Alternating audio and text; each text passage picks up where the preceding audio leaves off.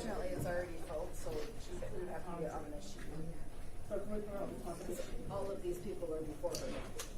Good evening. My name is Latanya Reeves. I'm the chair of the Community Commission on Police Oversight. Before we begin, I want to offer a friendly reminder to all members, staff, and the public that these meetings are broadcast live to enable greater public participation. These broadcasts include real-time captioning as a further method to increase the accessibility of our proceedings to the community.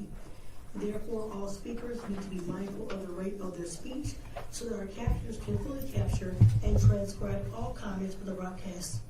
We ask all speakers to moderate the speed and clarity of their comments. At this time, I'm going to call to order this regular meeting for Monday, March 9th, and ask the clerk to call the roll.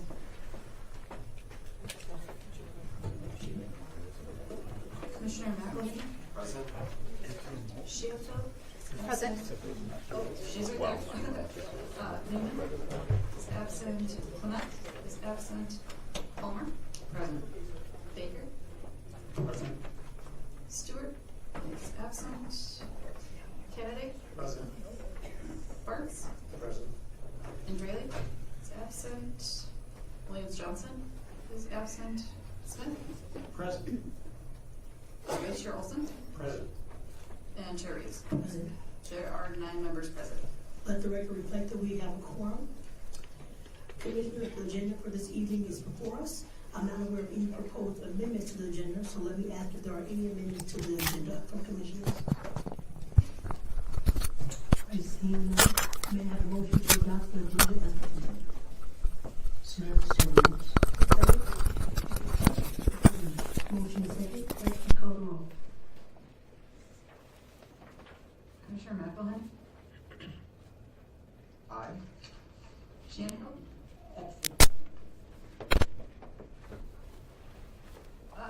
Newman is absent. Clement is absent. Palmer? Aye. Baker? Aye. Stewart is absent. Kennedy? Aye.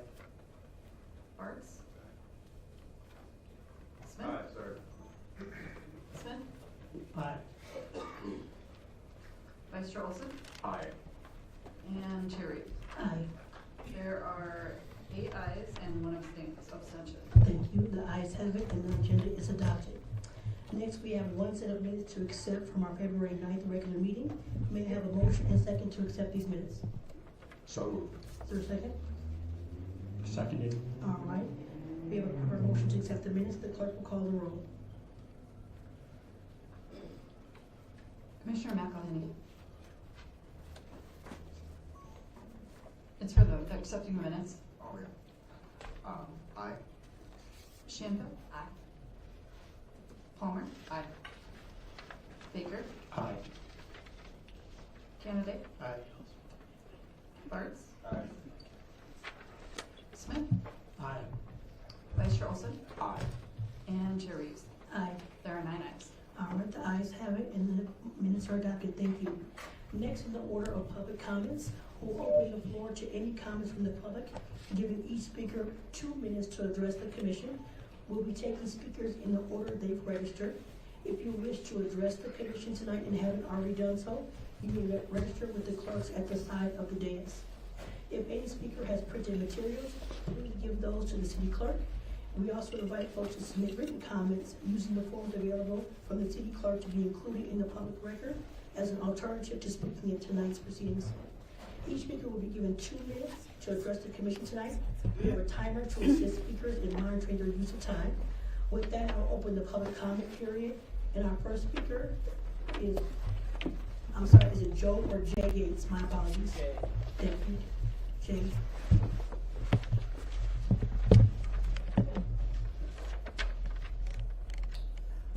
Members of the Twin Cities Coalition for Justice have prepared the following statement. Since the June 3rd raid on Las Cuatro Milpas at the intersection of Lake and Bloomington, the Fry administration and Minneapolis police have lied to the public repeatedly about their cooperation with ICE. Following the raid, we were told that ICE wasn't even present on June 3rd, despite multiple people, including city employees, witnessing ICE agents on scene. During Operation Metro Surge, Fry and O'Hara swore up and down that Minneapolis police would not assist in ICE operations and that officers would intervene as is their duty under their own policy when ICE broke the law. This too was a lie. MPD consistently helped ICE by providing crowd control for them throughout the occupation and stood by while people were beaten, dragged from their cars, and assaulted by federal agents. We are living under an occupation that is framed as an investment for our safety, but Operation Metro Surge is anything but safe. Since the operation began on December 4th, 2025, throughout the Twin Cities Metro and across the state, ICE has terrorized, abducted, injured, and traumatized community members and shattered any semblance of safety and normalcy. MPD not only protected ICE agents throughout the surge, they failed to arrest the killers of Renee Good and Alex Preddy, leaving residents armed with nothing but whistles and phones to defend their neighbors. Residents of Minneapolis witnessed how MPD colluded with ICE on January 7th in Powderhorn, January 14th in the North Side, January 24th in Uptown, and all over the city of Minneapolis. Despite this alleged drawdown of ICE activity in our state, we have still seen continued raids, abductions, and violence against our immigrant neighbors and citizens brave enough to stand up for them. We've seen the flashbangs, we've felt the tear gas, and we've heard the lies. The lies that MPD is not assisting ICE, the lies that they are on our side, the lies that they say they do not have the resources to protect the people of our city. This pattern is nothing new. Black and brown and indigenous communities have heard these lies for decades. Thank you. Next up is Minneapolis.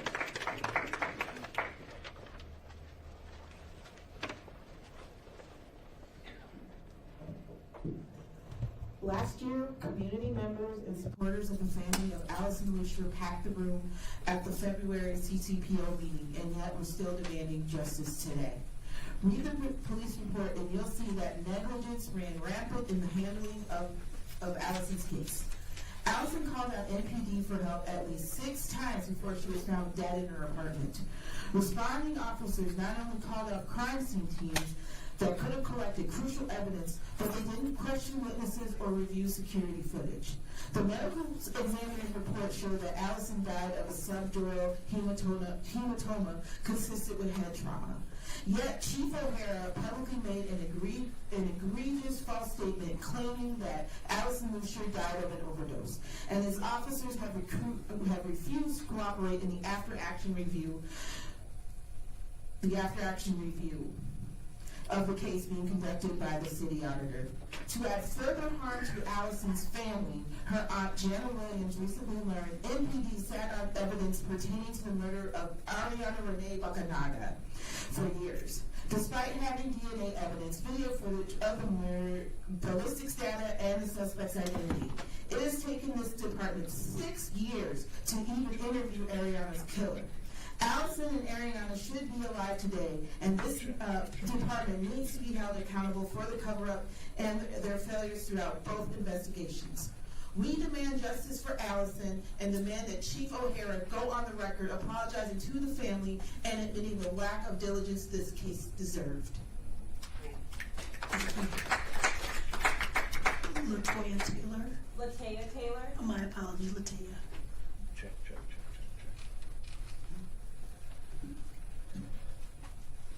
Allison and Ariana are far from the only women killed by MPD. On September 14, 2025, after calling on MPD to enforce the order of protection against her ex-boyfriend, Mariah Samuels was shot 10 times by her abuser because our police department decided she didn't seem fearful enough to warrant protection. The city issued statements of regret, but the fact remains it took 20 days to assign an investigator despite there being an active protection order. MPD failed to conduct a proper risk assessment, and to make matters worse, MPD tried to cover up this tragedy by pushing a false narrative. Why are the officers sworn to protect and serve not held to higher standards for conduct and training? An officer's negligence is no excuse, especially when a mother's life is the price of their incompetence. The CCPO is inherently incapable of addressing these grievances. It is a stonewall to progress and justice, a commission under the direct authority of the Frey administration that has a tightly controlled appointment process. It is powerless by design and can merely make requests of a department responsible for destroying lives while we foot the bill for tear gas and riot gear used to brutalize us. This department has killed at least 230 people since the year 2000 and has a long rap sheet of racist violence. Promotion of killer cops and the abuses of power detailed in the 2022 MDHR report. Thank you. Shannon Williams.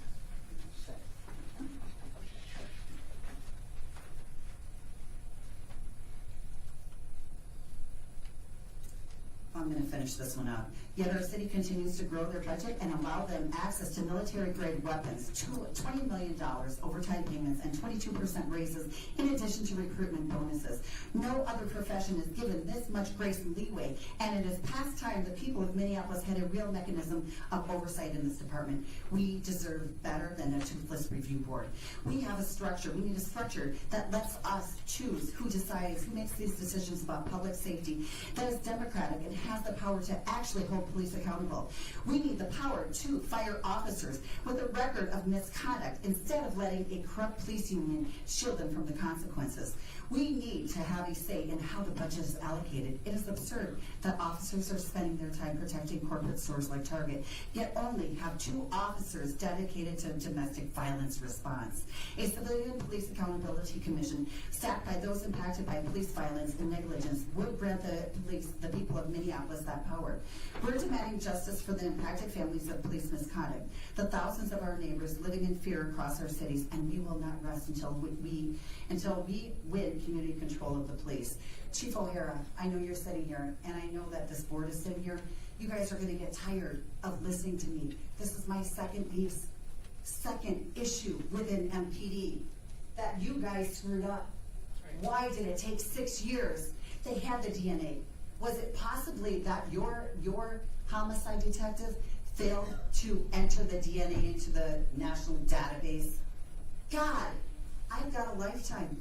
I've got a lifetime to do this. I do, and I will stand here. You know why? Because this is going to affect your daughters and our granddaughters. If we don't make this change right now, who is going to? Who is going to? We need to make change, and we do need accountability, community control of the police. Right. That's what we need. Thank you.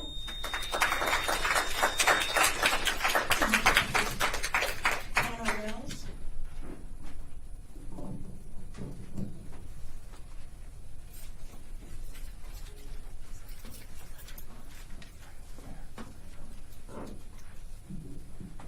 Police Chief O'Hara and Commissioners, thank you for taking public comment from the community.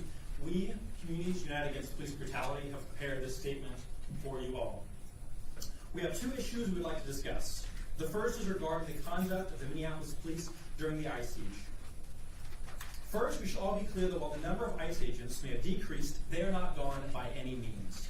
Further, they seem to be replaced by bounty hunters. Throughout the siege, it was the community that protected our neighbors from the reckless, violent, and untrained federal agents that descended on our city. Minneapolis police were largely nowhere to be found, and in every way, utterly failed in your duty to protect the residents and community. But let's take a step back. Chief, you need to acknowledge your role in bringing the feds here in the first place. Your false claim that East African youth are the cause of crime bolstered the racism of our current federal administration and encouraged Nick Shirley and other social media slot merchants to manufacture claims about the Somali community. Your apology was no apology at all. It was a statement that blamed the listener for misunderstanding what you said. Then, once violent federal agents descended on our town, the Minneapolis police all but disappeared. Where the hell was the MPD? By your own admission, in response to CCPO questions and in comments you made to the City Council last week, the Minneapolis police did not intervene in a single instant of excessive force by federal agents. In fact, they didn't even document those incidents. This, despite thousands of videos showing excessive force. Not once did the MPD intervene when agents pointed guns at people in situations in which deadly force would never be justified. Not once did MPD intervene to stop agents from randomly deploying chemical munitions, including chemicals that are prohibited by the Post Board. Not once did MPD stop agents from engaging in illegal traffic stops, breaking out windows, dragging people from their vehicles. Thank you. Next is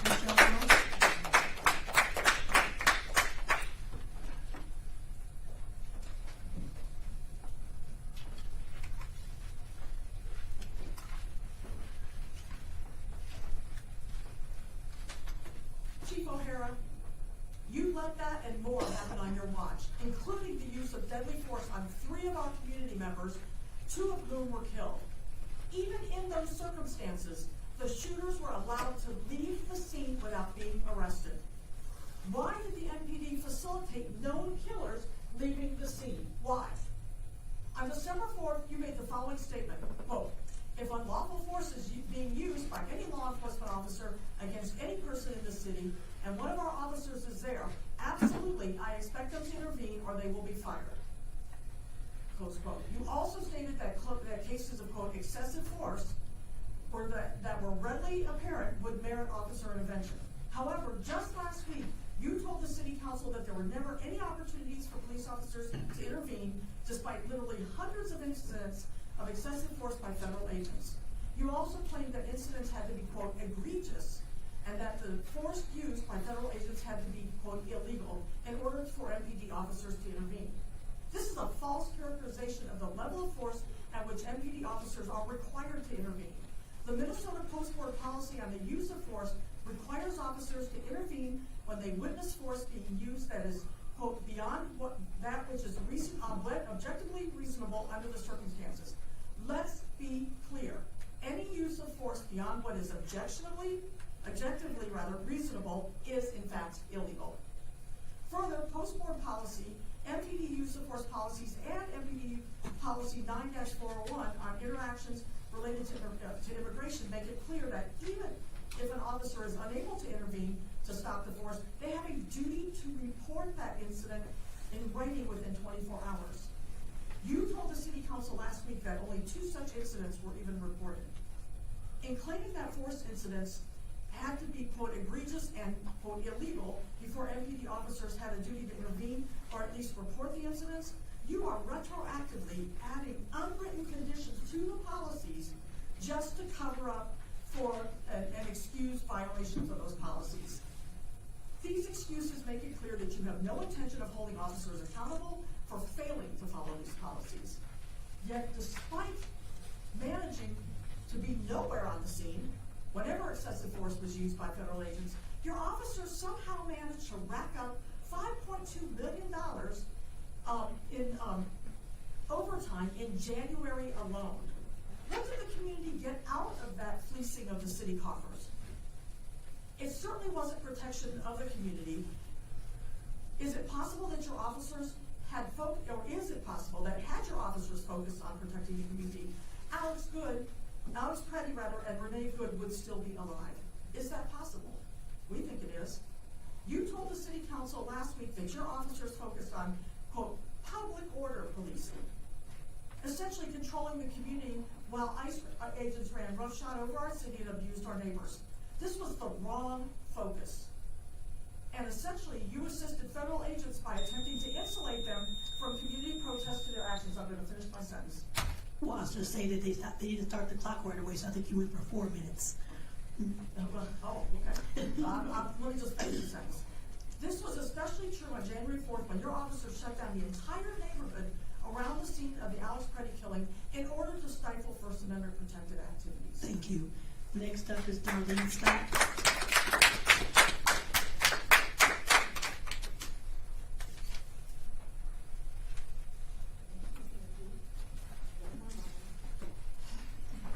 Finally, this point we want to raise especially concerning questions about Minneapolis Police Department. Failure to protect the community. At last week's city council meeting, you told the story of MPD officers arriving at the protest at a hotel. ICE agents were pointing guns toward the crowd of protesters. Your officers left because they didn't want to be in the line of fire. But apparently you had no concerns about members of the community facing live munitions wielded by federal agents who were already responsible for killing 2 of our community members. How can you justify the failure of your officers to protect the community at the scene? The Minneapolis Police Department had a golden opportunity to build trust in the community and come off as heroes. And your folks blew it. Meanwhile, people across the country, around the world, are lauding the bravery and spirit of the people of Minneapolis. Our next set of comments are related to the consent decree. While this topic may seem unrelated, it isn't. Minneapolis Police Department conducting during the ICE siege is a reflection on the culture of the department. The same culture the consent decree seeks to change. Yet, despite its importance and court mandate, the city's progress on consent decree is graciously slow. Why is that? The city's contract with ELIPA, which marks the official start of the consent decree deadline, was September 2nd, 2024. Thank you. Next up is Andrew Cruz.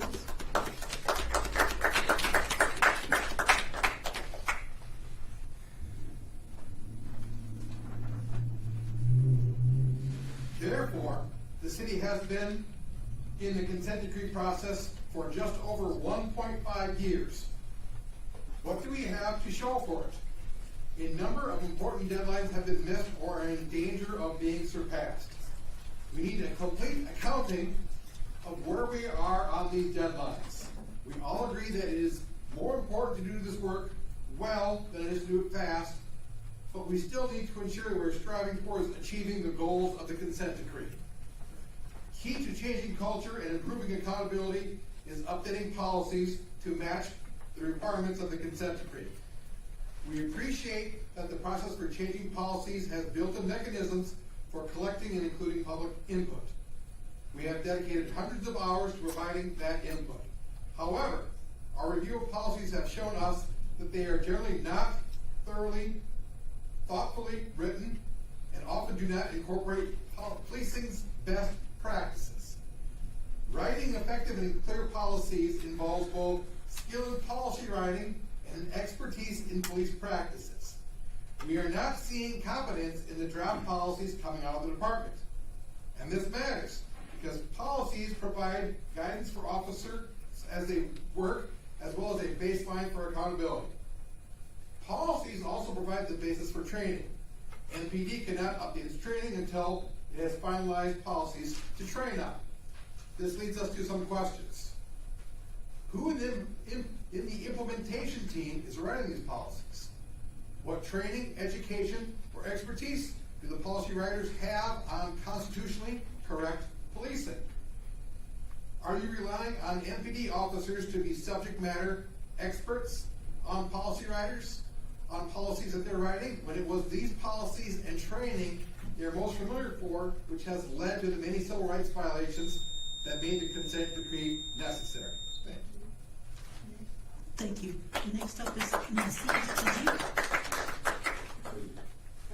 Nassim? She hasn't made her She yet. hasn't made it here yet. Okay. I'm sorry. I said she hasn't made it here yet. We'll come back. Howard Dodson.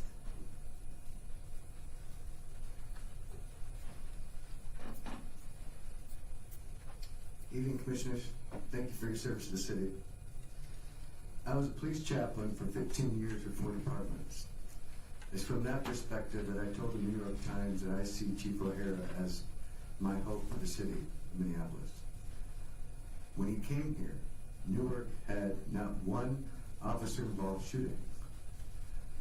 He has preserved Officer Mitchell's legacy with the new officers and the cadets, the rebuilding of the MPD that we need so that we have the public safety that we deserve. I ask you to look up appreciative inquiry. That's one of the philosophies I lead by, that you build from strengths. You criticize in private, you praise in public. So that conversation should be happening. Not grandstanding, not peacocking, but actually sitting down with our partners, finding tangible solutions. So, at 34th and Portland, we had the people on the scene, the chaplains, the medics, but at 24th and Lindale, at 26 in Nicollet, it was me with federal agents on one side and protesters on the other, and the city gives millions of dollars for violence interrupters. I told Senator Champion, I told the council members, and I told Allison Harrington, where are the violence interrupters? Where are the shirts? We dodged a bullet, and MPD was not the source of the problem. And I saw people screaming at MPD when it was ICE agents who did this. I want to thank MPD for helping us navigate the storm. And I stand by what I said in the New York Times. Chief O'Hara is my hope. Thank you, Mayor Fry, for selecting him. And thank you, Chief O'Hara, for the sacrifices you made to serve our city. Thank you. If someone could just give me a heads up when Nassim comes, and I'll come back to that person. Next up is Chuck.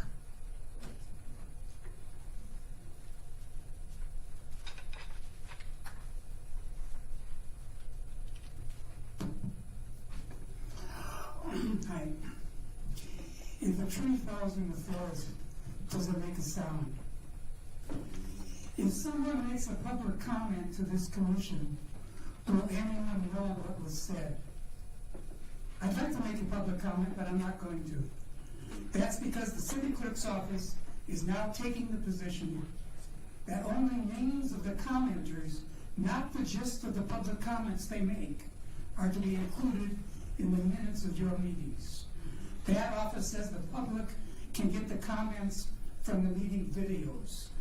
But the minutes are the meeting's official record, not the videos. The videos can disappear at any time. Why this is important is not so that people making public comments get recognized for having done so.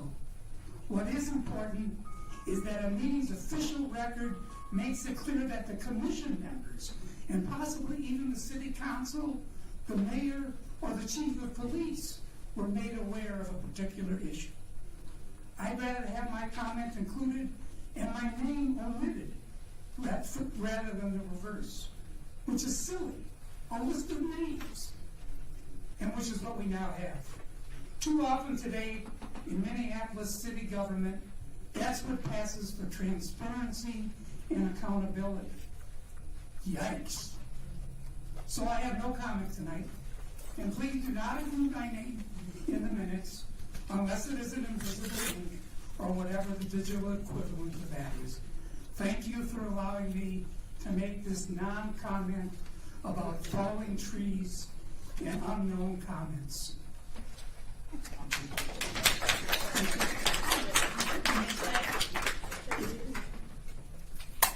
Nassim?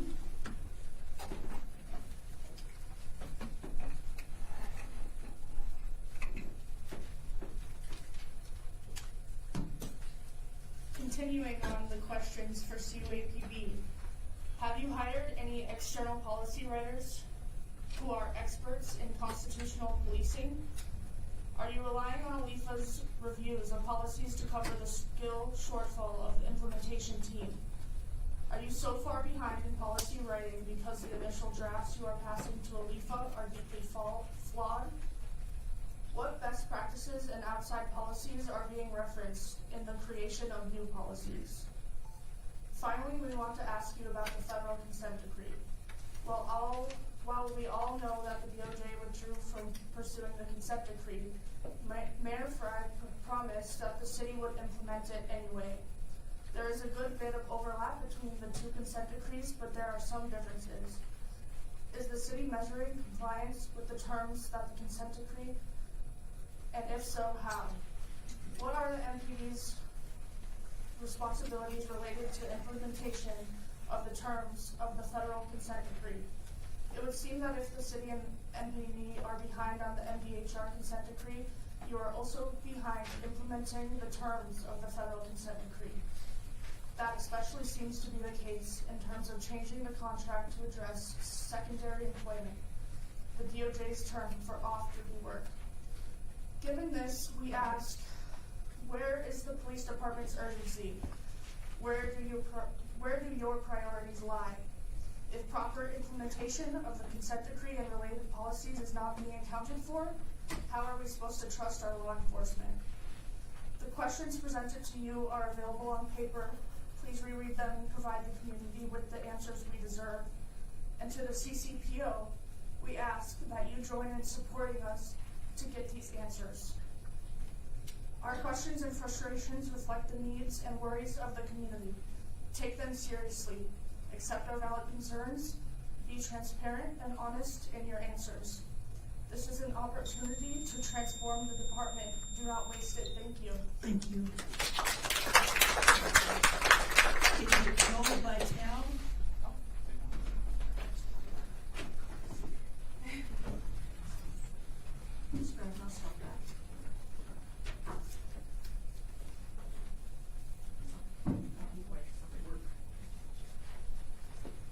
Thank you, Commission, and thank you again for your service to this city. I'm Joe Vidal, Ward 10 resident. I'm a son, I'm a brother, I'm an uncle, proud positions that I hold. And I'm here in solidarity with the Twin Cities Coalition for Justice, as well as the Justice for Allison Lucier and all of our MMIR. We all want a new system and systems that work, and more importantly, systems that improve, recognizing what is flawed and gaps. And what we see here, pointed out by community members, are gaps and standard practice for creating process that will fail, which is all too rudimentary and consistent with how our governments typically work. We just went on a month long, at least most government officials have gone on this public run, talking to the media about the benefits of community and how uplifting they are, and more importantly, how they're experts in the needs that they know that they need. And I see now in systems like this, as complicated as they are, as overlapping as they become with different systems of government, and how there are sneers and there are head shaking coming from government officials or public safety officers, when these same community members that just spent months defending this city, or public servants, with the exception of Elliot Payne and Jason Chavez and many others, were nowhere to be found. We just described an historic payout of overtime, and what was that result? 2 community members dying, our schools raided, and still our women go missing. But best believe if a house or property is under siege, you know where to find our public safety officers defending property. People matter just as much as our property. I know it's complicated. Let's figure it out together. You wish.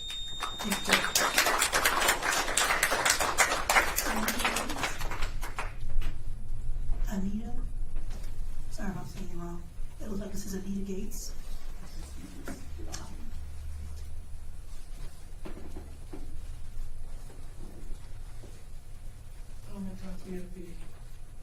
I'm honored to be among your council, and I support all of these young people here. I'm an elder in the community. I'm one of the directors at the Upper Midwest Indian Center, and I have formed friendships with the mayor and the chief of police, and I have some real pluses about these officers, and however, I believe in this generation. I think we're a little bit hasty in how we do our do traffic stops and also the police calls, and reluctant to get all the information we should get about violence committed in our families. And when I drive home from work, I see people laying in the street, possibly ODing from drugs. They're hungry. If people can create policies, I know there's a lot of top-down people that's all they like to do, but if we could figure out, back in the day, if somebody was addicted to drugs or alcohol, I was so proud to live in Minnesota because you didn't get away with that. You had to go to treatment. And that prevented a lot of cascading of other things. And also following up on police calls and not ignoring, I hate that word minority. I'm an ethnic studies scholar. And I would like to say that, people of color, American Indians, they are left out of, that close attention that we need to get to the bottom of each crime that is committed. There's some heavy duty drugs out there. People don't slow down in the roads.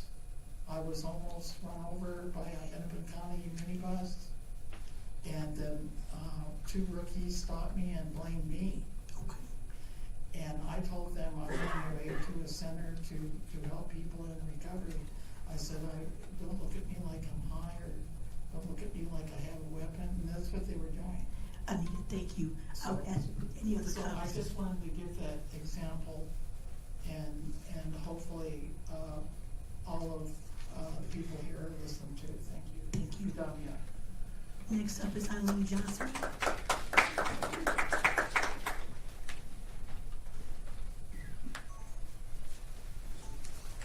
Good evening. My name is Eileen Johnson. I live in Ward 3 in Northwood. On behalf of the all-volunteer Minneapolis Neighborhood Safety Clubs, we want to express gratitude to Chief O'Hara and to all of MPD for their dedication and excellent work. We appreciate MPD always, and especially in hard times. Thank you. Thank you. Next up is Mary Jo.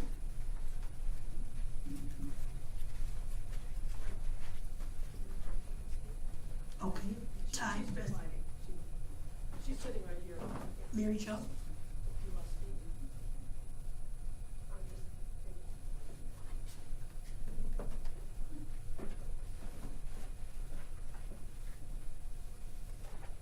I don't want to repeat what has already been offered to you, but I just, in brief summary, what I have done is to go back to how we got to where we are right now. And that dates back to just before the settlement agreement with the Department of Human Rights was approved by the State District Court. And just prior to that, there were 2 press releases that were released by the Department of Human Rights. One that talked about the findings from their investigation, and one that notified the community that the District Court had approved that settlement agreement with the understanding that it would be enforced, it would be followed, and those commitments that were made by the city would be abided by.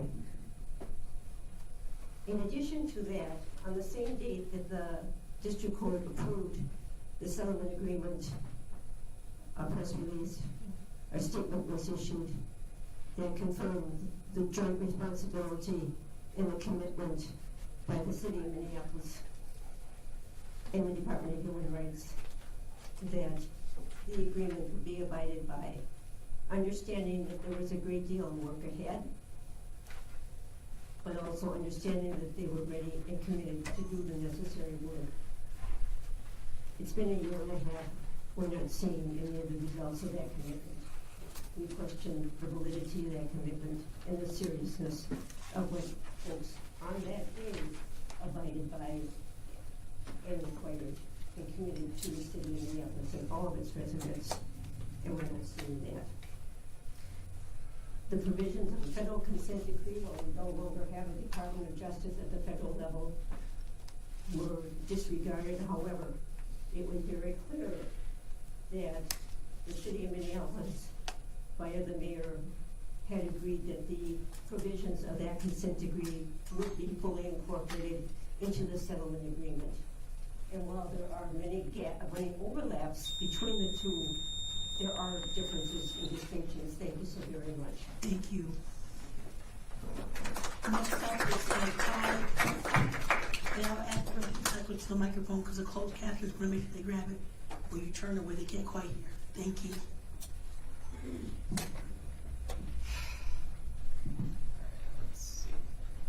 Hello, my name is Ty Prescott. I'm with Ward 5. I just want to reemphasize what the people out here have been saying. They've been talking about how Chief O'Hara said that if unlawful force is being used by law enforcement against any person in the city and our officers are there, I expect them to interfere or they'll be fired. He also said that officers have a duty to intervene. And yet, last week we heard from Mary Moriarty that essentially nothing was even reported because they couldn't be bothered. And furthermore, I live in Northside. And between the shootings of Alex Preddy and Renee Good, which I can't believe I have to say, someone was shot through their front door. And then ICE deployed crowd control and deployed flashbangs, and a baby had to be sent to the hospital because it couldn't breathe. And yet, MPD prioritized crowd control. I'm sorry, but when we are putting our bodies on the line to protect our neighbors, when we are getting rammed by ICE vehicles, when we are having tear gas thrown at us randomly, those are obvious, egregious, to use the word, violations of use of force. That is incredibly obvious. And the fact that Jonathan Ross, Jesus Ochoa, and Raimundo Gutierrez are not in custody right now after we watched them murder someone in front of God and everybody is incredibly frustrating to me. Why are we focusing on what MPD isn't able to do when they have shown over and over again that they are willing to brutalize us at every turn? They have the power to do something, they chose not to. And frankly, I think that was intentional. Thank you. Additional? One more, please. Yep.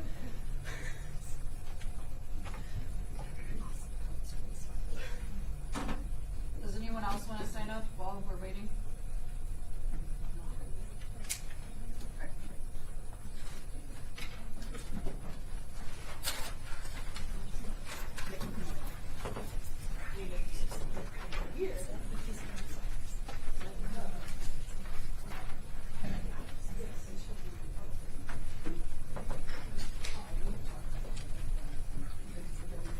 Is Maya all right? Yes. Hello. Hello. I just want to say thank you to the council for holding public comment and listening, and thank you to your service to the city. My name is Maya, and I'm a resident of Ward 3. I'm involved in community oversight in Northeast, and I'm also here in solidarity with TCC for J and MMIR. And I just want to directly say to Chief O'Hara, it is honestly astonishing that you were sitting here during this meeting in public comment and you really have not looked up at your phone. Yeah, sorry, you really have not looked up at your phone for the last 30 minutes while people have been speaking. Yet you really love to talk to the media and smile for the centerfold of the New York Times, but you cannot even actively listen to the community during public comment after the last 2 months of brutality that we have faced. Despite the other city officials who actually can look people in the eye, I really do respect all of you, the other officers. And so I just want to say that if the role of the police is to serve and protect, you have honestly failed. But I also want to uplift the story of Allison Lucier again, because domestic violence is a very serious issue. Domestic violence and sexual violence against women is a serious issue, and that is under-resourced despite it affecting 1 in 3 women. That's many women here in this room, guaranteed. And with the growing threats from fascism, we really must address these threats that the community has uplifted tonight. And it's obvious that the community seriously cares and has ideas on these solutions and problems. And so I just want to ask to everyone, who seriously cares here, please look around. And so thank you tonight to everyone who has spoken.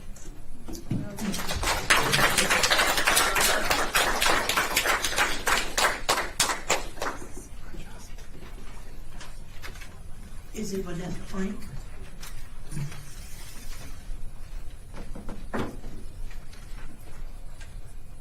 Hi, everybody. I have not prepared anything, but it just feels really important to ask you all, where were you? Because we showed up. We showed up, we turned out, and untrained individuals, I work 2 jobs and I am in school, and we still found the time to show up for our neighbors. As ICE went the wrong way around roundabouts, ran red lights, sped away, and forced accidents, and forced children, teen drivers, to crash into trees so that they could arrest kids and not even allow them to prove their identification. We were there. We moved those cars out of the road so there wouldn't be tickets. On top of that, we showed up. Where were you guys?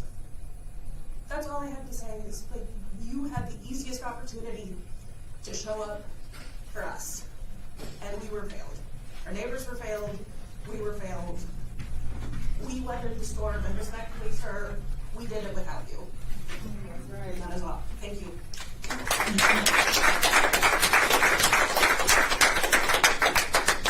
Thank you, everyone. We completed all public comment and we closed the public comment period. First, the next order of business is reports. And the first up is an update from the MPD Police Chief. I'm going to invite Commissioner Stanfield to introduce this item.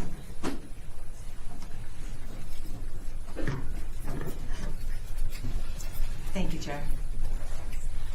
Chief O'Hara, welcome. Thank you for joining us here tonight. MPD has the vital task of constitutional and non-discriminatory policing to protect the safety of individuals in Minneapolis. This is a difficult and complicated responsibility that comes with a lot of baggage. You've heard the emotion here tonight. You've witnessed this for the last 90 days. In the city, this has been incredibly intense and heartbreaking and dangerous. I'd like you to imagine two photographers taking pictures of Operation Metro Surge. Through one lens, let's look at a scene of garbage cans in the road. Through one lens, this looks like protecting our neighbors and trying to keep ice out if we're barricading a street with garbage cans. Through another lens, through another camera angle, this could look like stifling safety of a community because the ambulances can't get through. How it looks and how it feels through a lens depends on who is looking through the lens. It's not the same. People see things differently. The view in the viewfinder depends on where you aim the camera, and there are constraints and restraints as well. Our purpose here tonight is a dialogue with you, with the intent to close the gap between civilian perception and law enforcement rationale and reality. Tonight, I hope the dialogue will open both our aperture as well as yours to see a bigger picture and to be able to work together. Meaningful community involvement is imperative to MPD's accountability and transparency. That's why we're here every month. That's why we gather in our subcommittees of research and policy and community engagement. In February, at our last full body meeting, we looked at 9401 again and came up with a list of questions. We sent them to you. You responded. Thank you so much. At our last PPRR, Police Policy Research and Recommendations Committee meeting, we looked at those answers and they generated more questions. So we, with the community members present, collated a bunch of questions and then categorized those. Those were sent to you last week. We had an intense discussion about what might help people feel a sense of safety. Again, a feeling and a perception, what it looks like, what it feels like. We read the answers that you provided us, and the categories which we sent to you, hopefully folks can see them on the linked agenda, are the use of force, interacting with federal agents, securing crime scenes, communicating and reporting, and training.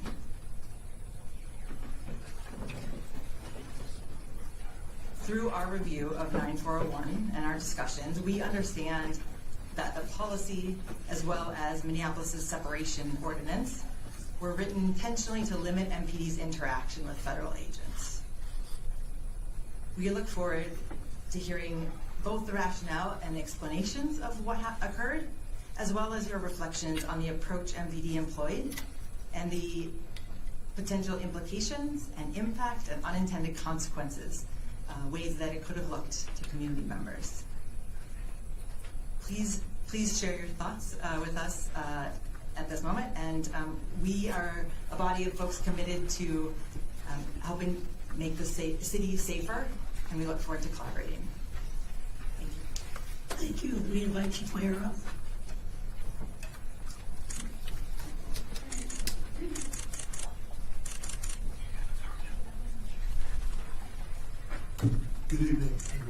Chairperson, for the invite, and to the commissioners for the opportunity to be here. We created an overview, PowerPoint overview, to sort of give a high-level overview of kind of what was going on. And we're just trying to weave in responses to the questions that were submitted where we think it might be appropriate, but still kind of just going through a quick sort of overview of where we were with this thing. So obviously, again, thank you for the opportunity to be here. Operation Metro Surge was about 12 weeks long in duration. I'll talk briefly about sort of the work going on in the police department before that, kind of where we were going into this, both the reform work as well as public safety in the city, and some revisions around policy that have specifically impact immigration enforcement, and then kind of take a quick overview of how this thing unfolded. So just to get starting out, an operations update, a summary chronologically of the surge, and then the impacts it had on the department. June through December, there had been progress made in a number of areas in the department. I think one thing that we had made significant impacts on over the last 6 months of last year were response times. Response times to emergency calls in the city had typically been about 7 minutes or less on average. They had gone up on average 9 minutes or higher, and had remained that way for quite some time. Going into the surge, we had gotten it back down to about 7.5 minutes, and it kind of lost that while the surge was happening. We're back down to about 7.5 minutes now, so that's significant. We're aware of, trends with violent crime. Murder have been down significantly. Shooting victims have been down significantly, particularly on the north side of the city. Last year was the lowest number of shooting victims in North Minneapolis since the city has been recording shooting victims, separately from aggravated assault. So I think it goes back to about 2008. Last year had been the lowest number of victims on the north side. Burglary and auto theft have been down last year, and then also significantly around this, when we're trying to implement all of this reform work, Minneapolis has the unique challenge that we're also trying to rebuild the workforce at the same time. So mass exodus of employees. Most of the time I've been chief, we've been losing employees continuously and not having a net gain. Last year we hired 125, we had a net gain of about 125 people for sworn positions. The majority of them are not yet officers. And they're overwhelmingly people of color. It's a lot more diverse than the police department here had historically ever been, and many of them are from countries around the world, different continents around the world. The overarching way that the reform work has been approached has been community engagements. There's been a number of sessions. There's a whole process defined by the settlement agreement, the way policy is developed, and then once it's developed, that leads ultimately to the training. And the reform work last year, there were 29 policies that had been approved. There was one called the Policy Resource Hub. It's sort of a document management system that had been implemented. Prior to this, the only access employees had to policy was through a PDF document. So this is something that's a lot more modern. It's available on officers' phones. It has keyword searches. It links to other policies. And it's better for accountability as new policies are issued to ensure that everyone has received them. There were over 20,000 hours of training delivered last year. And in terms of engagement in the reform process, there were 24 focus groups, 10 community sessions, and really countless pieces of community feedback that were received. The immigration policy revamp. This started happening last year as a result of the incident that happened on June 3rd at Lake in Bloomington, which caught us by surprise and kind of got us sucked into a situation that we're able to learn from. And quite frankly, the process then that we seeking feedback from this body, from the community in general, help to inform what the immigration enforcement policy in the city would be. And I think that was helpful to place the police department in a better position going into December. If we had gone into this cold, we wouldn't have been as well prepared as we were at the time. And just going through this thing, which was unprecedented and truly was, the world was upside down going through this, we learned as we went along. We did the best we could to adjust as we were learning things that were happening. And I'll talk about that when I get into some of the specifics with the timeline. But in talking about the policy, there's some questions that came up that I think are relevant to this. One being the training. There's a question, how much training is provided for policies, in person, online, especially, use of force, duty to intervene, and these types of subjects. So last year there was 3 full days of training that was provided, 8 hours each to every sworn member of the department, and that is the training around use of force and the issues specific to that. That's training that was developed as a result of the settlement agreement process here, and ultimately training that was approved by the independent monitor towards that. So that's one example. Use of force, 24 hours of training. There's a wide variety on types of training, hours required. As I mentioned before, there were 20,000 hours of training that were delivered by the department. There's training that's required by the state. So there is really just a wide variety of training requirements. Some of it is in person, some of it is online. It just depends on what the particular topic is. Training provided to officers, past or future, on how to intervene as safely as possible when excessive force is being used by federal agents. Due to the duty to intervene training for MPD is historically for the way the state law is set up. It's for people that are operating under the same set of laws that are licensed as peace officers in Minnesota. So it's very obvious to us we're trained in the state law here. We have the same law regarding use of force, and although internal policies between different police departments in Minnesota can vary, the law does not change. There's no current policy or training, specifically on how to intervene with people who are operating under a different set of laws, whether that's another state or, in this case, the U.S. Code. There's different court decisions that impact federal law enforcement that do not impact Minneapolis, Minnesota peace officers. It's a very complex situation, and it is not one specifically. Local officers in this state are just not trained on what the laws are, what the use of force continuum is for the different federal agencies. And 2, we operate under the state laws in this state.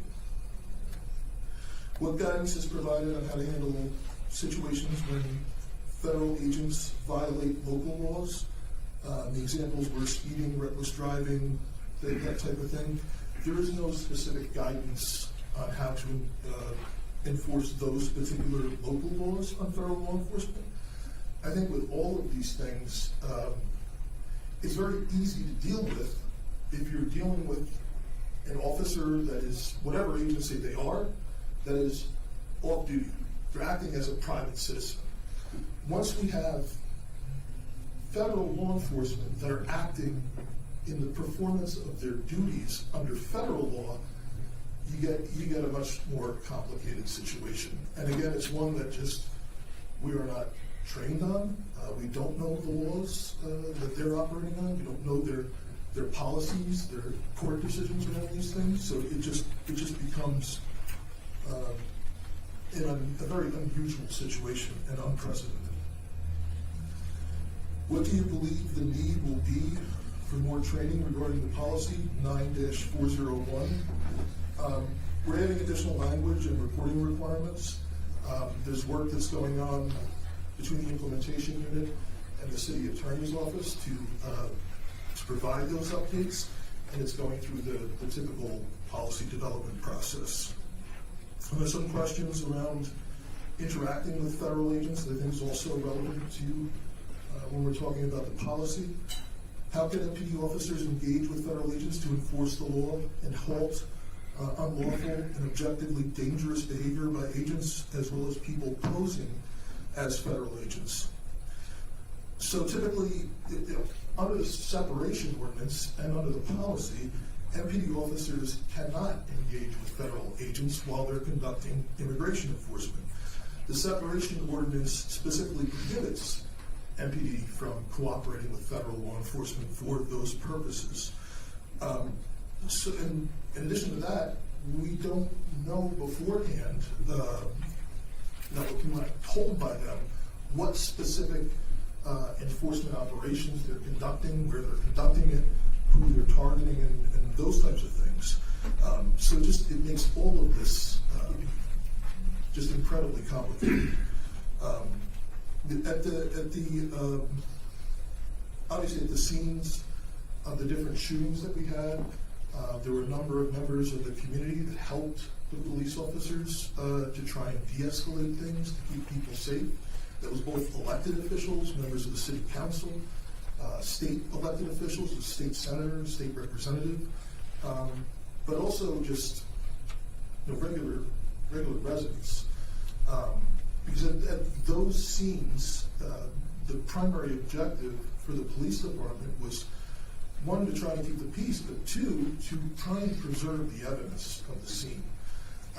You cannot possibly have an investigation, let alone a potential prosecution, unless there's evidence to be used to obtain not just a charge in some case, but ultimately for a court to have a conviction if it's needed. So what other directives or factors prevented MPD from enforcing local laws in these situations? Even in situations where police may have been there after the fact, which generally we were not there because of the policy, because of the separation ordinance, because that's largely what the community wanted going into this. We wouldn't know at the time, just showing up, what exactly federal law enforcement was doing, what laws they were enforcing, why they were arresting someone. They literally have different laws, let alone different policies. They have a totally different authority than what we do. We have no authority whatsoever to enforce federal law, to enforce federal immigration law. In the same respects, they have no authority to enforce the traffic law in the state. So it's just literally two completely separate lanes that just add a complexity to all of this. So talking back again with the policy revamp that went through a process here that I know the commissioners are aware of. We issued it to the entire department, required every member of the department to sign off that they understood it. And it ensured that our police officers, one, do not self-deploy to any of these scenes, but if they do wind up on a scene where federal law enforcement is also present, that they will only take direction from supervisors in the Minneapolis Police Department, and they will not take direction from federal law enforcement. It was complicated at all of these scenes, because again, regardless of what people think about what they were doing, what we feel about how they were doing it, these agencies are established by law, and we have to follow the law. We cannot, physically obstruct and stop them from conducting law enforcement. So it was just an incredibly complicated situation. Bringing us now, so the policy's revised, it's implemented, bringing us now to December, and it's at the beginning of the month. Obviously, the surge happens. This is just a quick timeline of some of the major events. It's announced in the beginning of December. By December 9th, there's an American citizen that was arrested in Cedar Riverside. This kind of, one of the first kind of public moments with this. December 15th, that was a day there was a help call. Federal law enforcement called 911 and said, I don't remember, it said a very high number of law enforcement officers were actively being assaulted at 29th and Pillsbury. So what typically happens when the communications department receives a 911 call from another agency saying that there's, a trooper needs help or a sheriff's deputy needs help, they hit a tone on the radio, and sort of everyone who's available from around the city just goes to the scene. And that's what happened on this day. And immediately when that happened, I was afraid we were going to wind up having a repeat of what happened on June 3rd, which was people were very concerned at why is MPD at the scene with federal law enforcement again. And our officers went, they thought they were going to something where federal law enforcement was being assaulted. They saw there was no actual violence going on while we were there, didn't observe any threats of violence. In less than 10 minutes, the officers disengaged and left the scene. After that, to try and prevent these things from happening, and this is now like the number of calls and things are escalating at the time. I created a full-time position, and we opened up an operations center to try and monitor things that were happening so that if federal law enforcement or somebody calling reported something like that again, we did not wind up going and getting drawn into a situation that was not true. That ultimately then would wind up having MPD be the problem or having MPD unnecessarily escalate a situation. So that's sort of the first significant change we made in our procedures then. Around January 5th is when this is escalated further. The Bovino was sent to the city. There's over 2,000 additional agents from a variety of agencies. They're here, so I believe it's over 3,000. I think at this point there's Border Patrol, ICE, HSI. Eventually there were Federal Bureau of Prisons officers here, Customs and Border Protection. It's at least 3,000 agents that wind up coming here. Obviously, a very, very significant escalation.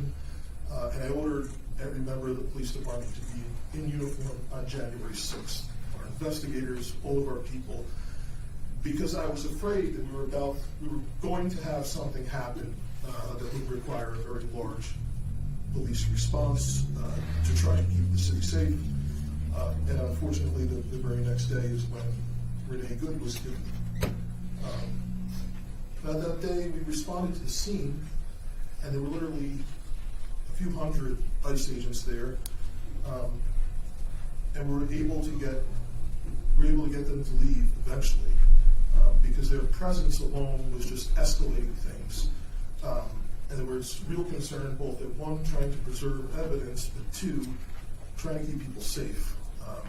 Eventually they left. Many members of the city council and elected officials were there trying to help de-escalate things, members of the community. And for the most part, that day was, that scene was calm for most of it until the very end. At the very end, there were people throwing ice, rocks, and other things. There were several officers and state troopers that wound up being injured while the police were trying to leave the city. The following week, there was the shooting on the north side, which was non-fatal. And is not really publicly, it seems like hasn't been talked too much. It kind of gets lost with the two fatalities. That was a much more tense scene that day. There were federal law enforcement was using tear gas. Police officers had to respond in to help a family with a child that was having trouble breathing from the tear gas. And it was very, very quickly, it had become a very unsafe situation. The following week, in the midst of, obviously, there's protests, demonstrations going on all throughout this. The Vice President visits the city in the middle of all of these things happening. Ultimately, on the 24th, we know Mr. Petty is killed. And really, it's that day. That day, I think, was the greatest risk that we had of just having widespread destruction and starting off the cycle that we had in 2020, where people ultimately lost their lives. 26th, on the 26th and 27th, Bovino is ultimately reassigned, and we know the drawdown begins. Hang on one second. This is number 8. Okay. So, related to this, some of the questions here. Besides ice masks, what other obstacles to getting information? So names and badge numbers and that kind of thing. So we have 2 potential misdemeanor assault cases we've investigated. We have video from that. We've sent it to the Office of the Inspector General for Homeland Security. One case involves an ICE agent, another case involves a Customs and Border Patrol agent. We've provided them with our video. That is typically how these things are handled. If people have a complaint, people call us and they have a complaint about a sheriff's deputy, something happened, we refer them to the sheriff's office. People have a complaint about a trooper, we refer them to the appropriate investigative agency for the state patrol. These cases are different, obviously, because so much is not functioning the way it typically functions. So in these cases, we've taken reports, we've conducted investigations, done what we could, provide our evidence to video and what we have to the Office of the Inspector General, and we're waiting to hear back. So obviously, they have to work to try and identify who their own agents are. And I know they've had some difficulty in carrying that out. But ultimately, if we wind up not hearing back, we'll consult the city attorney and just try and figure out how we could also proceed from there. But again, it's complicated because even in these situations, it's not typically how something like this would proceed. If someone says that again, same type of thing happened with a sheriff's deputy, we would refer it to the appropriate investigators that handle the sheriff's office. Even if somebody felt like they had, law enforcement violate their civil rights, typically on the federal side, that's the FBI that conducts these investigations. So it's really kind of uncharted territory. We're doing the best we can to figure things out. And the good thing is, now that the chaos of this has died down, we're certainly able to follow up, investigate additional things if there are specific incidents that need to be looked into. Regarding the crime scenes, there's some questions around that. So how could MPD secure crime scenes and evidence when there's violent interactions between DHS? So MPD, I think we were largely successful securing the first scene. After that, it became increasingly more difficult. There's evidence that we had on the second shooting on the north side that I think has made a world of difference in that case. That scene was very difficult to manage, obviously, because it became so quickly so tense, and ultimately, even after ECA, MPD, the feds, we left the scene, we wound up having to go back because the feds had abandoned 3 of their vehicles, some of which contained weapons. So we wound up having to return to the scene to recover those.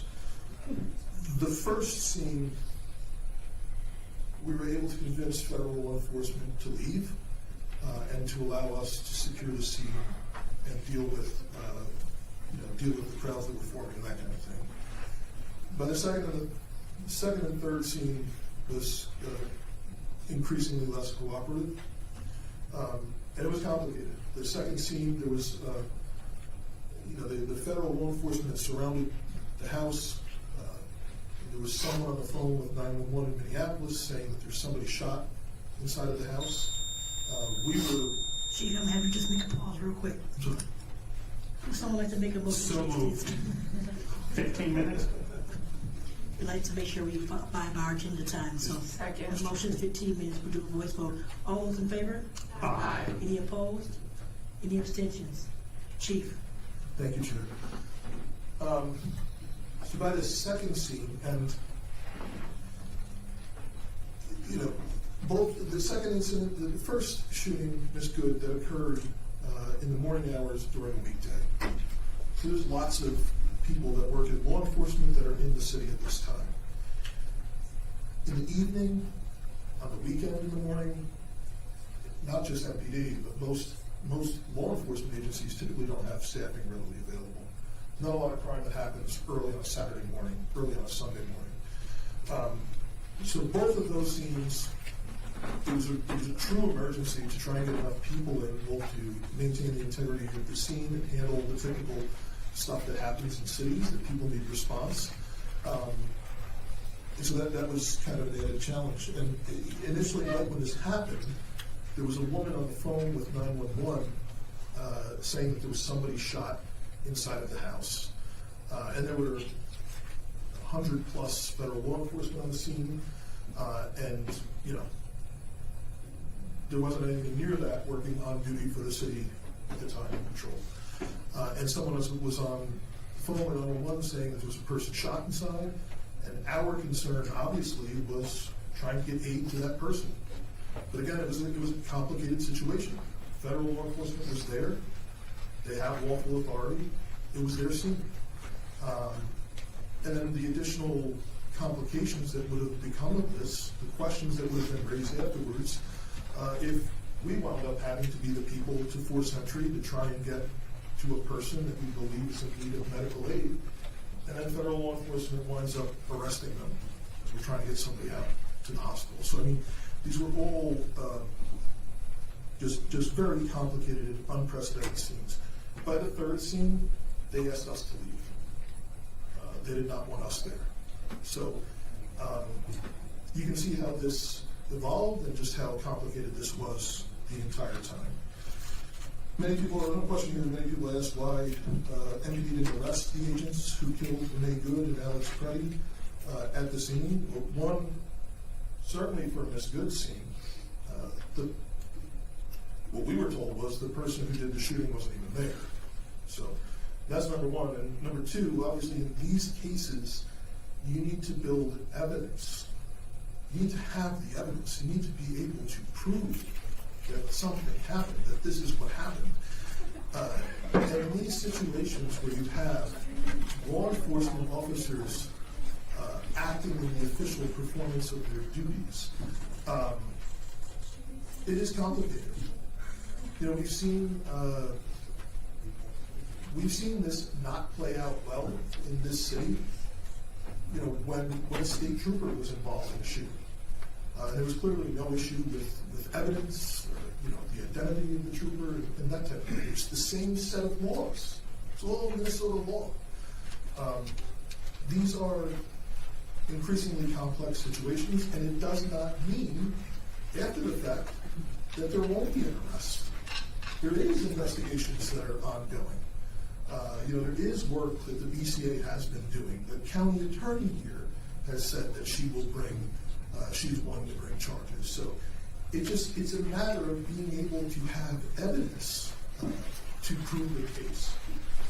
And that work oftentimes takes time. And it's an incredibly complex situation with the circumstances that we're dealing with. And what can be done in the future for incidents involving ICE, CBP, and DHS? MPD is and will cooperate with any investigation that we're providing. There's been the 3 shootings in the city, but minus the 3 shootings, We don't have reports of anyone else that was seriously injured in an incident.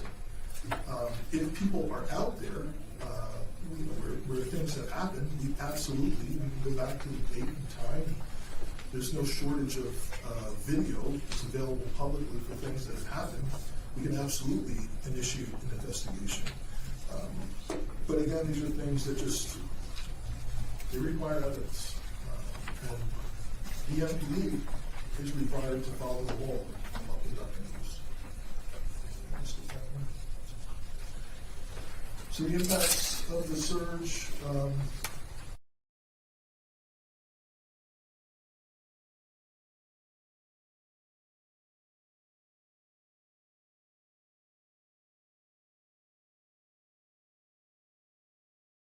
wound up being roughly about 6,000 additional calls at the time.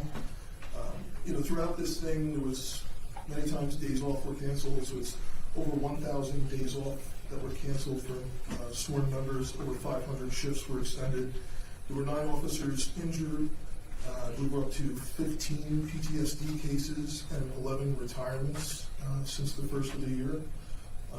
And a total of $5.2 million, both in overtime and other contractual obligations. So when we extend people's tour, when we change their tour, when we require people to be on standby to respond back in for the event of emergency, which was through most of this was a large bulk of people we needed to have available. It was a very real concern that we could have a repeat of the destruction of the city in 2020. And obviously, the police department, again, is just not staffed the way it was in 2020. So all of this is compounded by the lack of staffing that we have to begin with. There was a lot of work that happened very intentionally before this and during this with the communities who were actually targeted, with the Latino community, with the Somali community. A number of meetings that happened between Latino pastors, Somali elders, Somali imams. The Somali community was targeted initially in the beginning. There was a person who wanted to come here and burn a Quran and march through City Riverside, which ultimately did not happen.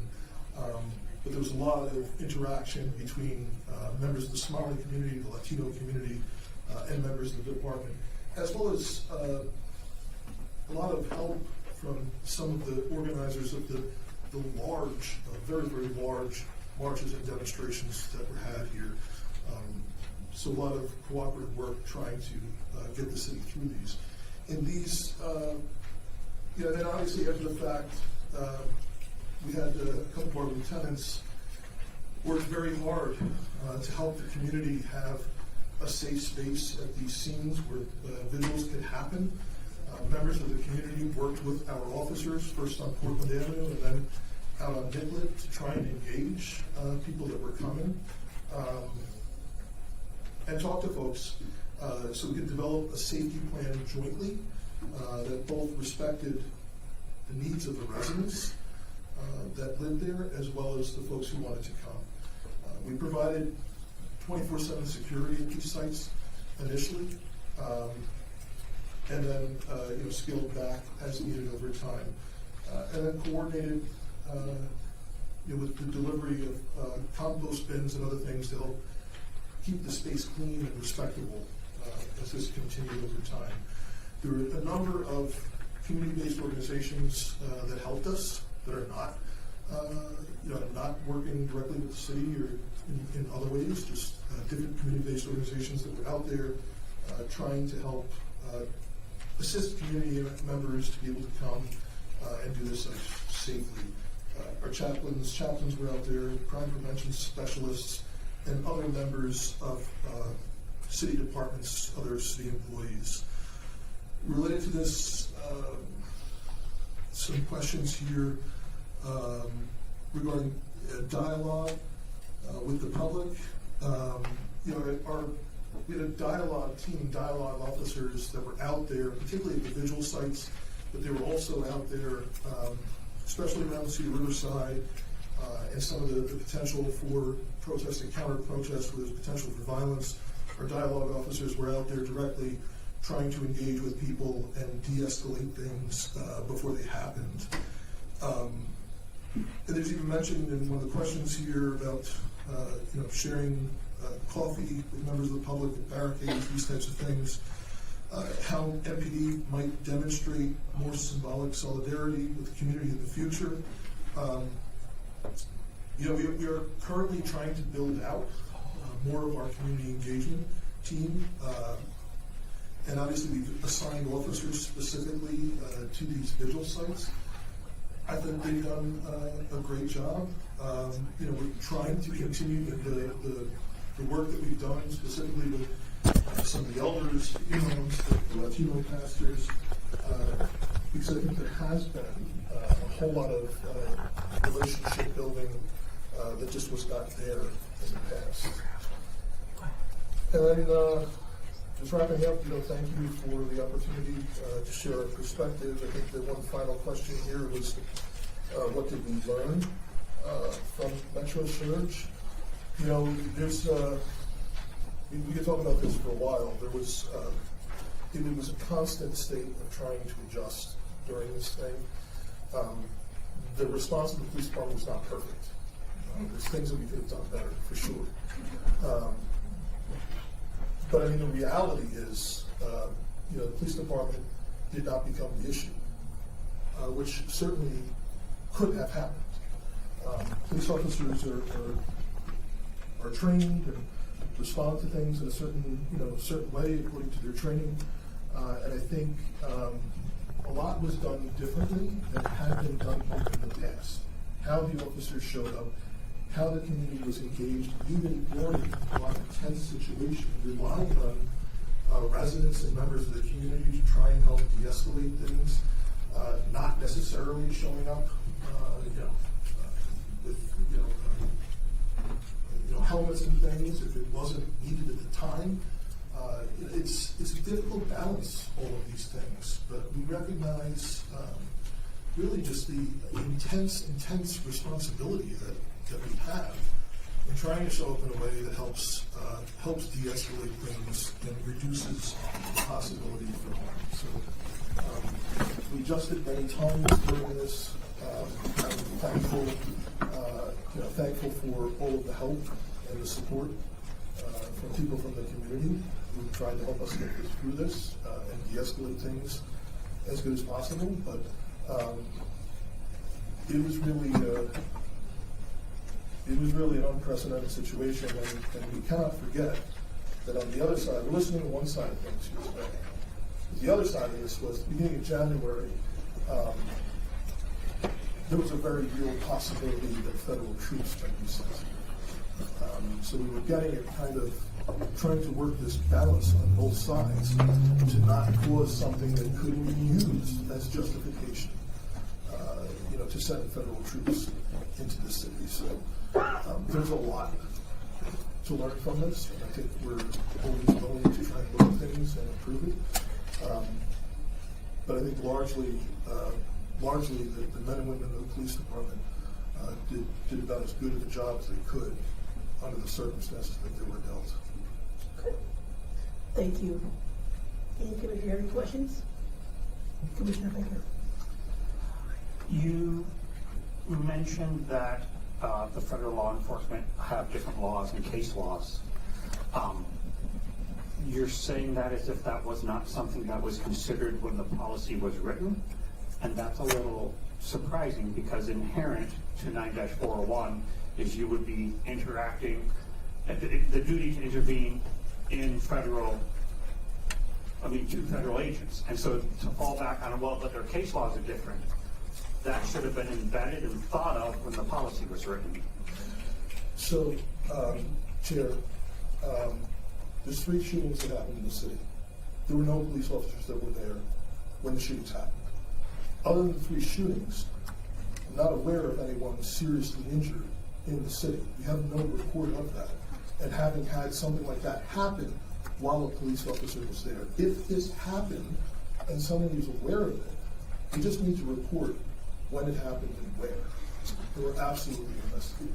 The county attorney has 15 such incidences that she mentioned with the city council last week, and she had shared that she had not had direct communication with you about it, and I guess I'm a little surprised that over 90 days, the two of you have not had direct conversations about 15 cases she's investigating.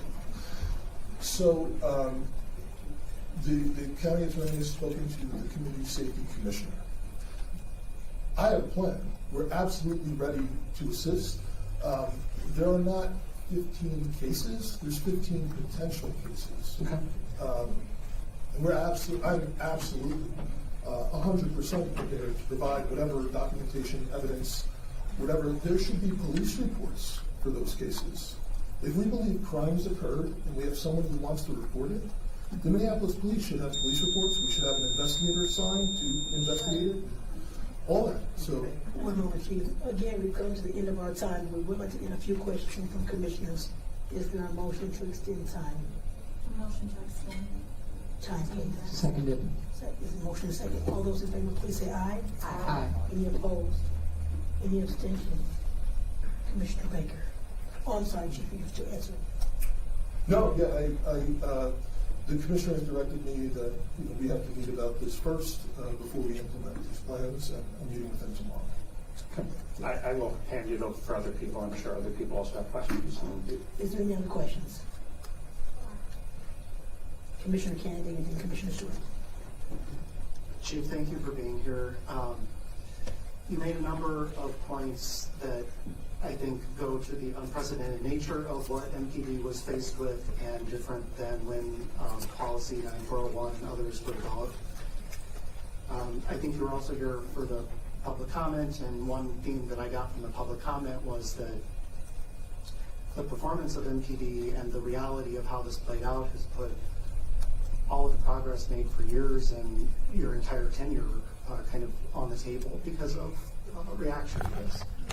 And so I guess I'm setting that up to ask you my own personal reaction to seeing the development of this policy play out and then how it happened in real time during Metro Surge leads me to question whether we had a meaningful duty to intervene that was a possibility to happen. I guess I would like your reaction as to whether you think the policy actually provides duty to intervene by your officers. Madam Chair, yes. Again, I would just like to see an example of something that we're talking about, where there was an opportunity for an officer to intervene under the circumstances. Just one single example. We absolutely can investigate that. The duty to intervene is well established in the state. Before Metro Surge, I think everybody understood what we're talking about. I keep going back again. You had these 3 shootings. There were no police officers present when the shootings happened. Not that that could have made a difference under the circumstances. I'm not saying that either. The reports that we have are people that were shoved and that kind of thing. We don't have, unlike St. Paul, we don't have a report of someone seriously injured, an accusation that there's very serious bodily injuries that potentially are not consistent with what federal law enforcement is saying. We just don't have a report of that happening to begin with in the city, let alone a report of that happening while there was a police officer present that could have intervened. Beyond that, the things that they do, the stops that they make, there are different laws around how they can stop people. The Kavanaugh decision earlier this year, it's just they do not operate under the same set of laws that we have in Minnesota, let alone the policies and trainings that they have. And we are not, we have no authority to enforce federal immigration laws, and we have no insight into what those laws are. Commissioner Stewart. Chief, I thank you for the update tonight. As MPD continues discussing immigration policies, officer training, and community engagement. I have a strong curiosity about community engagement and which communities are you truly engaging. Because when I think about the consent decree and what patterns it shows, it does include the Black community. Are you engaging with the Black community? And not just North Side Black community? Because your Black community expands the entire width of the city of Minneapolis. So I'm curious when I see these numbers that say we've deepened countless community relationships, is this strictly directed towards the immigrant communities, or is this communities at large? Thank you, Chair. Thank you. Specific to this event, those are the people that are being targeted. Those are the people where the fear was real, and that there was specific engagement around the communities that were being targeted here. The larger community engagement that happens, there's both the community engagement around policies that they do that I'm certain you're aware of, and the processes that they do that to try and have a broad swath of the actual community having an input on these things. Beyond that, most of it is handled and driven on a local level by the different inspectors that we have, the local crime prevention specialists and navigators that are out in the community. It is a challenge. Again, like everything else, while we're trying to triage everything that we're doing, I am open to any direction or suggestions that you have, or anything that you think we could be doing better in general with community engagement. But no, I mean, a lot of what was happening around this was trying to be targeted, in support of the communities that are being targeted.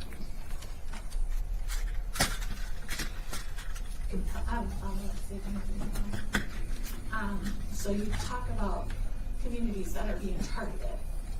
Let's talk about the communities that are being targeted, because the Black community is still being targeted to this day by MPD. So I do not want us to get overshadowed by focusing on other communities that are communities of color.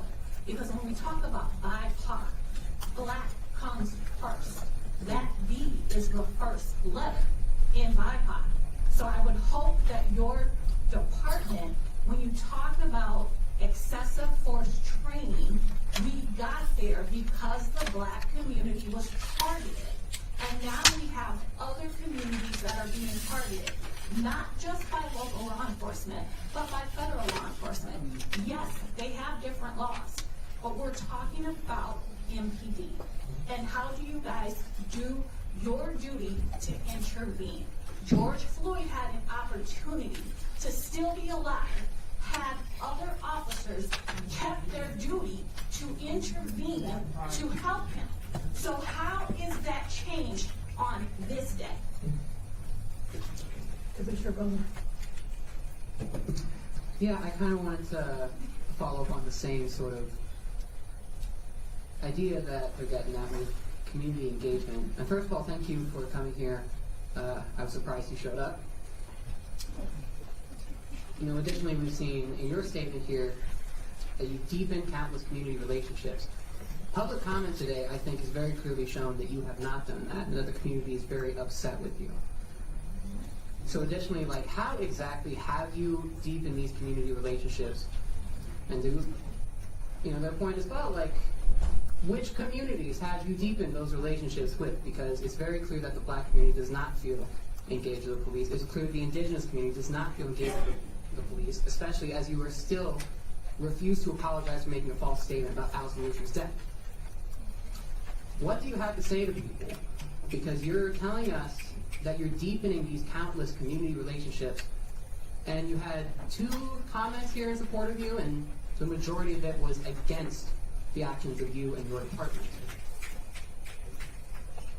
And not with organizations with contracts with MPD neighborhoods. Vice Chair, thank you. Again, the comments here tonight were directed towards what you all asked me to come talk about, which was the community that was being affected by immigration enforcement. So that's what I was talking about. So what do you have to say to the community in regards to the comments that you were here and you heard? Vice Chair, I am here to respond to the commission's questions. Like, that's what this whole thing is about. But one of your questions is about, or one of your answers, I should say, is prioritizing community engagement. Yeah, Vice Chair, again. Yes. Commissioner Clement, what's your point of order? Point of order, getting back on track to the question that Laura Shanfield had laid out for Chief O'Hara.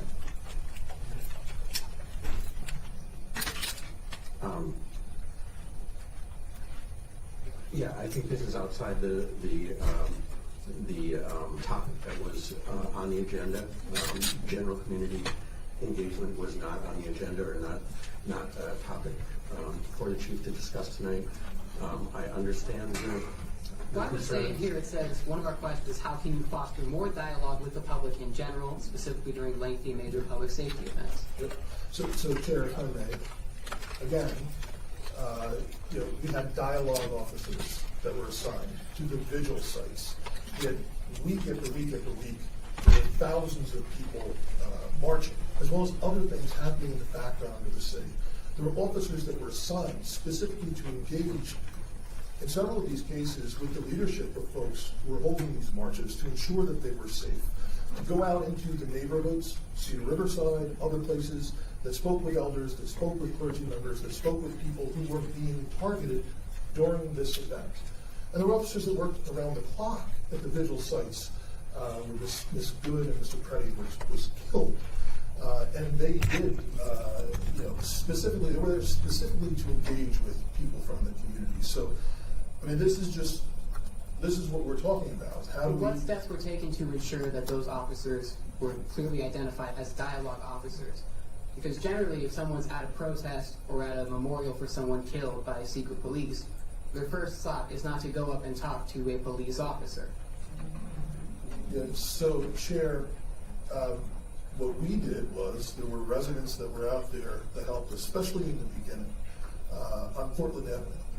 There were residents that were out there. There was a lot of people that were upset when the police were there initially, trying to help keep the scene peaceful, and ensure that traffic can flow, keep everybody safe. But there were people there specifically, that helped initiate conversations that then drew officers in. And there's just, there's So someone else did. examples. Someone of else how did. this. Is that what you're saying? I'm trying to respond to your questions. I'm trying to explain this to you, if you would please. There were people out there, random residents, that saw what was happening, that saw people trying to instigate things, trying to rile everybody up. They intervened themselves, the residents. Not activists, not people who were being paid to perform and this kind of thing, just people who live in the city that took it upon themselves to try and engage and talk to people who were there and explain what was happening, and then pull officers in. That happened. I'm sorry, As well as the officers. Did you just seriously accuse people of being paid? Chair, you want me to finish this, or what are you Commissioner doing? Palmer, I'll ask you to ask. Can you clarify, then I'll ask you to let him answer the question, please, because we have other commissioners. And we have 2 minutes. Yep. Please answer the question. So there were not people being paid to do that. That's what I'm saying. There are not people that are being paid to do that.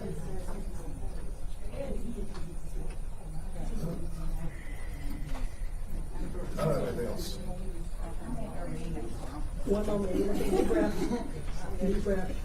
I have Commissioner Baker, and then I have Commissioner Shanfield.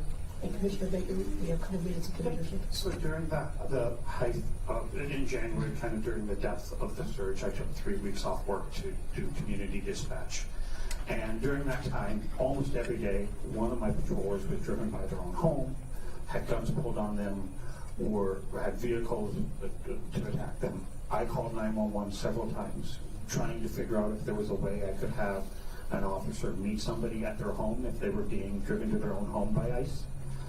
being driven by your own home when they have shot 3 people for doing, 2 of them for doing that exact same thing, is a death threat. And it took me 5 or 6 calls to get basically, yeah, we're not going to do anything about that. That's we don't know that they were doing. We don't know that they weren't doing something illegal.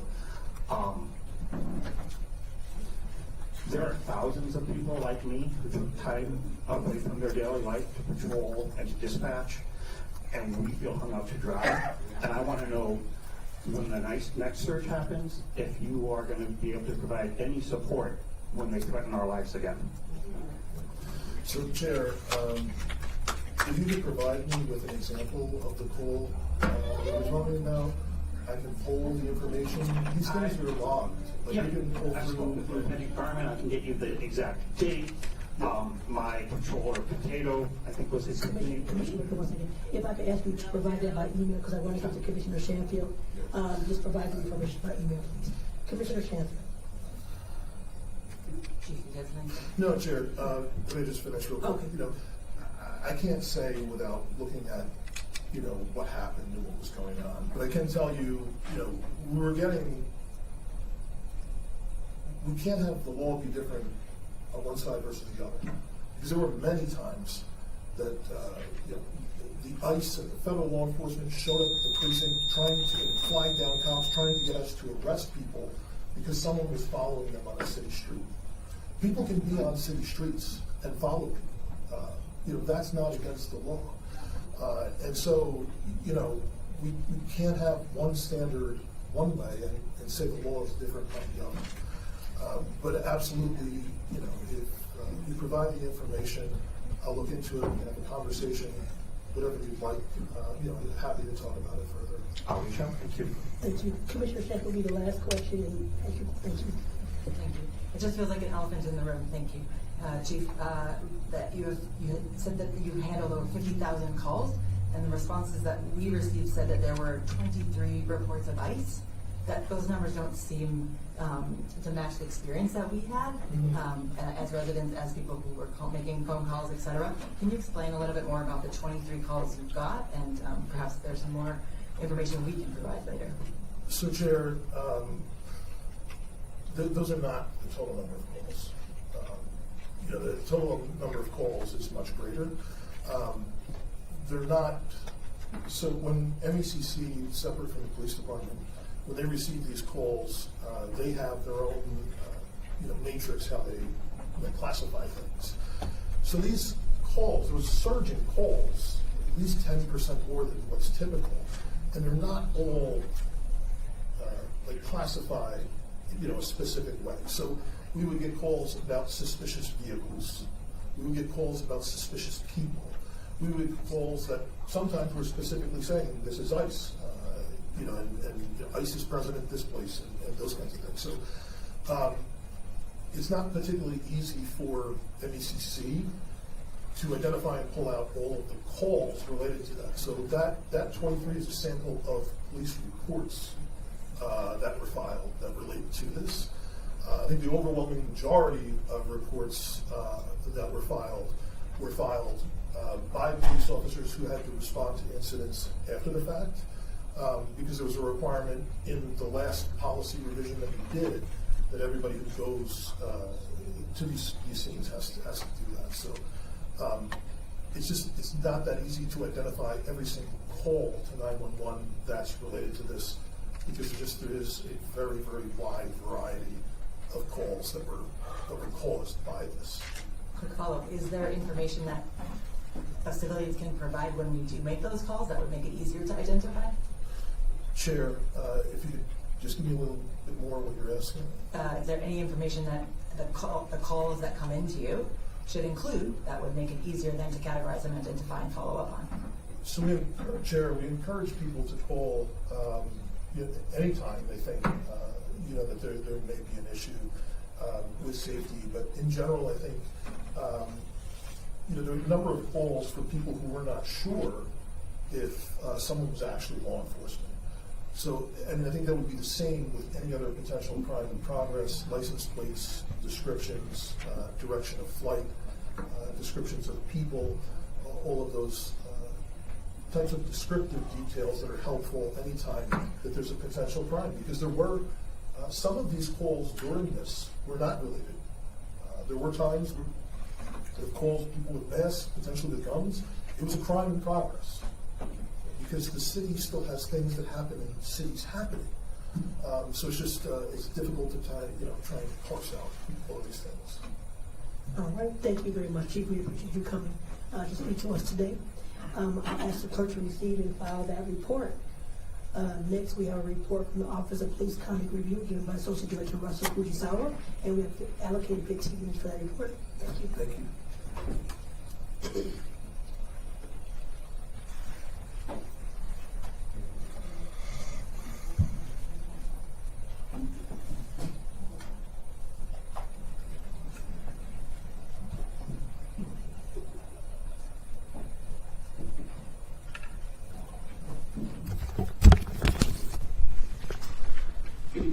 I'm Russell Fujisawa, the Associate Director of the Office of Police Conduct Review.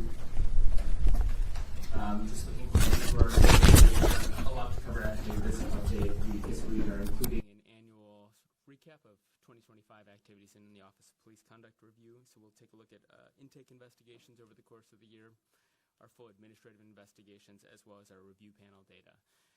And then we'll close off with a quick recap of intake through January and February this year so far, which will touch on some of the federal activity that we observed and that was previously discussed. Just as always,